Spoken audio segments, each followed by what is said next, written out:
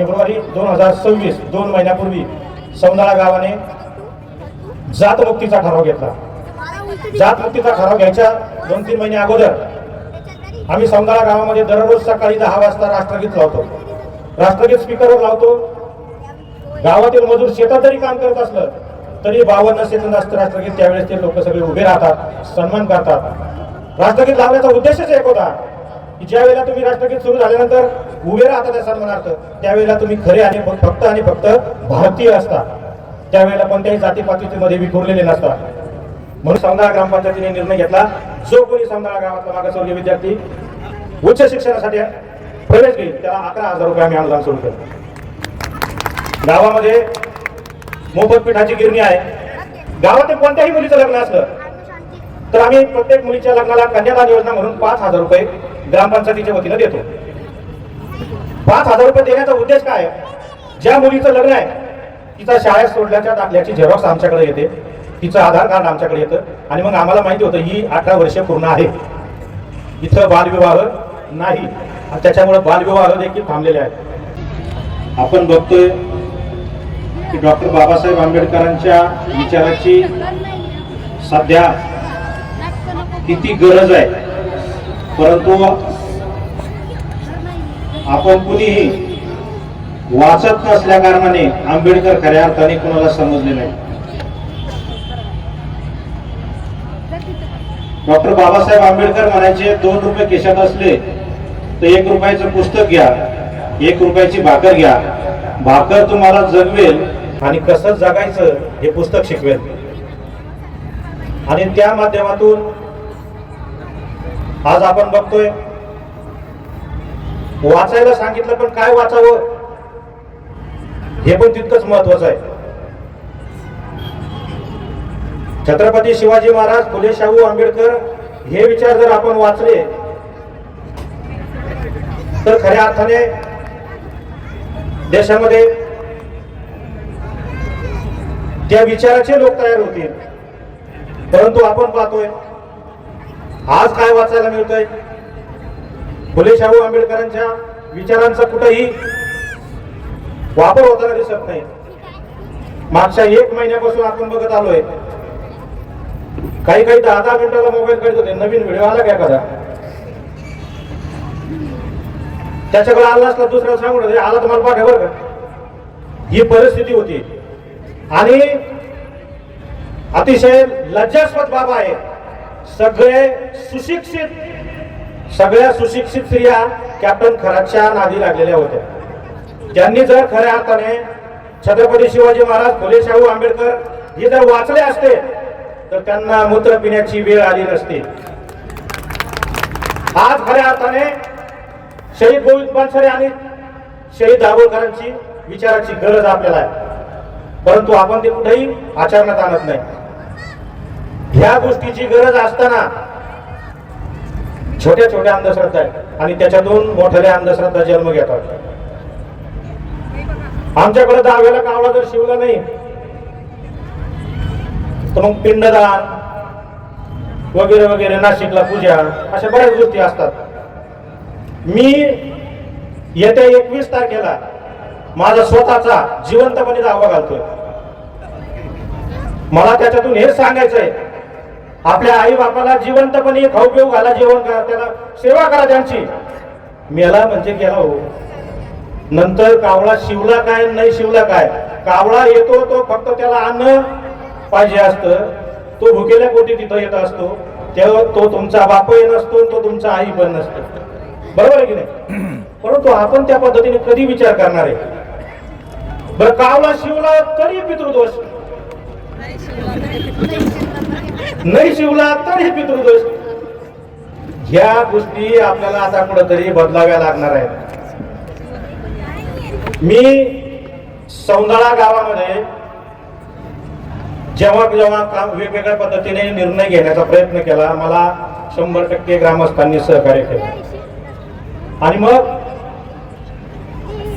या सगळ्या गोष्टी करत असताना नोव्हेंबर 2024 मध्ये भारतातली आमची पहिली ग्रामपंचायत अशी आहे, आई बहिणीवरून जर शिवी दिली तर 500 रुपये दंड. क्या बात है, बहुत सही. आणि शिव्याचा विषय असा आहे, सहज एकमेकाच्या शेजारी बसले दोन मित्र जरी असले तरी सहज शिवी निघून जाते. भांडण दोघांचं असतं, तिथं आई नसते, बहीण नसते, तिचा काहीच संबंधही नाही.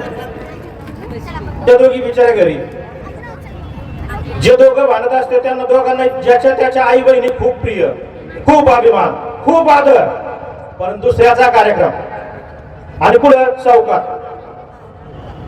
ही परिस्थिती म्हणजे विशेष वाटतं की आपली आई बहीण आपल्याला प्रिय आहे, तशी ती पण तेवढीच. छत्रपती शिवाजी महाराजांनी 350 वर्षापूर्वी आपल्या वागण्यातून दाखवून दिलंय, परस्त्री माते समान. परस्त्रीला मातेचा दर्जा दिलेला आहे. आणि आपण आजही काय परिस्थिती, आपण दुसऱ्या आई बहिणीकडे कोणत्या नजरेने बघतो. बरं, ठराव घेतला, काही जण म्हटले आता याचं पुढं कसं तुम्ही अंमलबजावणी करता, काही म्हटले की आता ते जर शिवी दिली नाही एखादा म्हणलं मी दिलीच नाही, मग काय करायचं. शिवी देणारा कधी आला आणि कानात शिवी दिली आणि निघून गेला असं झालंय का. ते आरडून ओरडून 10-20 जण जमाच करतो, साक्षीदार आपण तयार होतात. आणि ते जर नाही झालं तर गावामध्ये 29 CCTV बसवले आणि त्याला पण माहिती आहे, नाही मानला तर लगेच मोबाईल पुढे ठेवायचा CCTV. मग शिवी दिल्यानंतर 500 रुपयाची नोटीस बसवायची, भरले नाही तर ग्रामपंचायतला नोंद घ्यायची आणि मग जेव्हा काहीतरी कागदपत्र त्याला लागणार आहे मग सक्तीनं मात्र त्याची वसुली करायची. अशा पद्धतीने आम्ही ग्रामपंचायतमध्ये विविध ठराव घेतले आणि ते कृतीमध्ये देखील आणले. गावातील कोणत्याही मुलीचं लग्न असलं तर आम्ही प्रत्येक मुलीच्या लग्नाला कन्यादान योजना म्हणून 5,000 रुपये ग्रामपंचायतीच्या वतीनं देतो. 5,000 रुपये देण्याचा उद्देश काय, ज्या मुलीचं लग्न आहे तिचा शाळेत सोडल्याच्या दाखल्याची झेरॉक्स आमच्याकडे येते, तिचं आधार कार्ड आमच्याकडे येतं आणि मग आम्हाला माहिती होतं ही 18 वर्षे पूर्ण आहे, इथं बालविवाह नाही. त्याच्यामुळे बालविवाह देखील थांबलेले आहेत. आणि लोक थोडस त्या गोष्टीकडे पॉझिटिव्ह नजरेने बघायला लागले. बालविवाह होऊ नये म्हणून आम्ही प्रबोधन केली. हे करत असताना आपण पाहतो आपल्याला जर कपडे नवीन पहिले घेतले की जुने कपडे आपण टाकून देतो, ते घालण्याच्या योग्य पण असतात, चांगले असतात, पण आता फॅशन निघाली नवीन घेतलेच पाहिजे असे पण असतात. म्हणून माणुसकीची भिंत एक तयार केली. जे कपडे आपल्याला नको आहेत ते त्या भिंतीवर आणून ठेवा. ते कपडे कदाचित कुणाला तरी नवीन असू शकतात. फाटके तुटके कपडे घालू नये. आजही ग्रामीण भागामध्ये लोक राहतात आणि 6-7 वर्षापासून ती भिंत आम्ही केलेली आहे. तुकाराम मुंडे जे साहेब आहेत, एक कर्तव्यदक्ष अधिकारी म्हणून महाराष्ट्रामध्ये गाजलेले आहेत, त्यांनी आमच्या त्या इंस्टाला पोस्ट टाकली आणि अशा भिंती गावोगावी व्हाव्यात अशा पद्धतीने त्यांनी मत व्यक्त केलं. त्यानंतर सौंदाळा गावामध्ये मागच्या 5 वर्षापासून दीपावलीच्या निमित्त आम्ही मानसी 1.5 किलो मोफत साखर वाटतो. सगळ्या गावाची दीपावली ही गोड ग्रामपंचायतीच्या वतीनं या गोष्टी देखील आम्ही त्या ठिकाणी केलेल्या आहेत. आणि सौंदाळा गावामध्ये जे आम्ही बघत आलो की मागासवर्गीय विद्यार्थ्यांमध्ये शिक्षणाचं प्रमाण खूप कमी आहे. ग्रामीण भागामध्ये मुलं शिकतच नाहीत. जसं एखादं काम केल्यानंतर आपल्याला एखादा पुरस्कार मिळतो, त्या पुरस्काराच्या ट्रॉफी आणि शाल याला काही किंमत नसते, परंतु तिथं गेल्यानंतर काही तो जो उत्साह वाढतो, शाबासकीची थाप मिळते. त्या पद्धतीने सौंदाळा ग्रामपंचायतीने निर्णय घेतला, जो कोणी सौंदाळा गावातला मागासवर्गीय विद्यार्थी उच्च शिक्षणासाठी प्रवेश घेईल त्याला 11,000 रुपये आम्ही अनुदान सुरू केलं. गावामध्ये मोफत पिठाची गिरणी आहे. 5 रुपयात शुद्ध 20 लिटर पाणी मिळतं.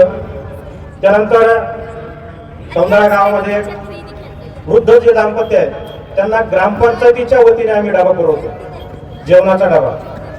आणि जेवणाचा डबा पुरवण्याचं काम एकल महिलेला दिलेलं आहे, जिच्या पतीनं शेतकरी आत्महत्या केलेली आहे. म्हणजे तिचाही देखील आर्थिक खर्च वाढला पाहिजे आणि या वृद्धांना देखील 2 वेळचं जेवण त्या ठिकाणी मिळालं पाहिजे. आपण पाहतो की आयुष्यभर जे कष्ट करतात शेतकरी, त्या शेतकऱ्याला देखील निवृत्ती वेतन कोणी देत नाही, परंतु निवृत्ती सोहळा तरी झाला पाहिजे. जगाचा जो पोशिंदा आहे त्याचा निवृत्ती सोहळा आम्ही सौंदाळा गावामध्ये करतो. त्यानंतर आपण बघतो एखाद्या महिलेचा पती जर एक्सपायर झाला तर त्या दिवसापासून तिचे हेळसांड सुरू होते. त्याच्या अंत्यविधी होण्यापूर्वी तिच्या बांगड्या फोडल्या जातात, कुंकू पुसलं जातं, मंगळसूत्र काढलं जातं. ह्या सगळ्या गोष्टी केल्यानंतर जोडवे काढले जातात. तिला एका दृष्टीने सगळं सांगितलं जातं की आता तू फक्त चूल आणि मूल घरातच राहायचं, घराच्या बाहेर पडायचं नाही. अशा पद्धतीची जी संस्कृती आहे, या सगळ्या संस्कृतीला आम्ही फाटा दिला. सौंदाळा गावामध्ये आम्ही सांगितलं की मग विधवा महिलांना कुंकू लावायची परवानगी दिली, मंगळसूत्र घालण्याची परवानगी दिली. धार्मिक सण उत्सव याच्यामध्ये सहभागी होता येत नाही, तिथं देखील सहभागी होण्याची परमिशन दिली. माझ्या वाढदिवसाच्या दिवशी त्यांच्या हाताने औक्षण करून घेतलं. धार्मिक सण उत्सवामध्ये त्यांनी सहभागी झाल्या. 26 जानेवारी 15 ऑगस्टला त्यांच्या हाताने झेंडावंदन केलं आणि विधवा पुनर्विवाहाची देखील परवानगी दिली. एक विधवा पुनर्विवाह लावला, त्यांना देखील ग्रामपंचायतच्या वतीने 11,000 रुपये अनुदान दिलं. अशा पद्धतीने त्या विधवांचा तिच्या लहान मुलांना बाप देखील मिळाला. तर आपलं कसं आहे, एखाद्या पतीची पत्नी जर वारली त्याचं काय, माझं काय नाही बरं का, पण मुलांसाठी दुसरं करावं लागेल. पण ह्या गोष्टीच्या बाबतीत थोडा विचार केला पाहिजे. हे सगळं करत असताना 5 फेब्रुवारी 2026 2 महिन्यापूर्वी सौंदाळा गावाने जातमुक्तीचा ठराव घेतला. जातमुक्तीचा ठराव घ्यायच्या 2-3 महिने अगोदर आम्ही सौंदाळा गावामध्ये दररोज सकाळी 10 वाजता राष्ट्रगीत लावतो. राष्ट्रगीत स्पीकरवर लावतो. गावातील मजूर शेतात जरी काम करत असलं तरी 52 सेकंद असतं राष्ट्रगीत. त्यावेळेस ते लोक सगळे उभे राहतात, सन्मान करतात. राष्ट्रगीत लावण्याचा उद्देशच एक होता की ज्या वेळेला तुम्ही राष्ट्रगीत सुरू झाल्यानंतर उभे राहता त्या सन्मानार्थ, त्यावेळेला तुम्ही खरे आणि फक्त भारतीय असता. त्यावेळेला कोणत्याही जातीपातीमध्ये विखुरलेले नसतात. म्हणून राष्ट्रगीत सुरू केलं. त्याच्यानंतर दुसरा विषय असा केला की छत्रपती शिवाजी महाराजांचं अष्टमंडळ आम्ही ग्रामपंचायतच्या समोर उभं केलं. बरेच जण आले, काय भानगडे, कशासाठी? मी म्हटलं, जर काही तुम्हाला मोठं उभं करायचं असलं, स्वराज्यासारखं राष्ट्र उभं करायचं असलं तर 18 पगड जाती धर्म सगळं सोडून तुम्हाला एक व्हावं लागेल आणि एक होऊन लढावं लागेल, तरच हे शक्य आहे. आणि जेव्हा 5 फेब्रुवारीला ग्रामसभा घेतली, ग्रामसभेमध्ये हा ठराव घ्यायच्या अगोदर आम्ही रक्तदान शिबिर घेतलं. रक्तदान शिबिर घेण्याचा उद्देशच हा होता. शहीद भगतसिंग म्हणायचे, रक्त हिरवं भगवं नसतं, ते फक्त लाल असतं. आणि तो विषय लोकांना पटवून दिला. लोकांना आवडला तो विषय, कारण आज सगळ्या जातीपाती यांचं जे आर्थिक बजेट असतं ते एकमेकांवर अवलंबून आहे. सगळे एकमेकांकडे जातात येतात. जातीची गरज भासते ती फक्त आणि फक्त निवडणुकीमध्ये. म्हणून आणि आपल्या हातामध्ये जो मोबाईल आहे त्या मोबाईलद्वारे आपल्या सगळ्यांचे माथे फिरवले जातात. म्हणून त्या ग्रामसभेच्या ठरावामध्ये स्वातंत्र्य, बंधुता आणि समता या सगळ्या गोष्टीचा उल्लेख करून या पद्धतीने यापुढे ग्रामस्थ वागतील आणि मोबाईलवर कुठल्याही पद्धतीने जातीय तेढ निर्माण होण्याची पोस्ट केली जाणार नाही. जर कोणी पोस्ट केली तर त्याला काय शिक्षा करायची याच्यासाठी स्वतंत्र ग्रामसभा घेण्यात येईल. पुढच्या ठेस मागचा शहाणा, अशा पद्धतीने हा निर्णय घेतला. आणि तिथून पुढं सौंदाळा गाव खऱ्या अर्थाने भारताला माहिती झालं. भारतातली पहिली ग्रामपंचायत जातमुक्तीचा जो निर्णय घेतला ती आमची ग्रामपंचायत ठरलेली आहे. आणि खऱ्या अर्थाने मला असं सांगायला आनंद होईल, भारतरत्न डॉक्टर बाबासाहेब आंबेडकरांच्या 135व्या जयंती निमित्त खरी जी आदरांजली आहे ती माझ्या सौंदाळा गावाने दिलेली आहे, जातमुक्त करून. असा निर्णय महाराष्ट्रातील इतर सगळ्या ग्रामपंचायतीने घ्यावा. त्याच्यासाठी तुमच्यासारख्या सुशिक्षित वर्गाने आता सहभाग घेतला पाहिजे. तुम्ही ज्यावेळेस तुमच्या गावाकडे जाणार आहात त्यावेळेस ग्रामसभेमध्ये हा विषय मांडा, असं मी आपणा सर्वांना आवाहन करतो. आणि आयोजकाच्या म्हणण्यानुसार थांबतो. जय हिंद, जय महाराष्ट्र, जय भीम.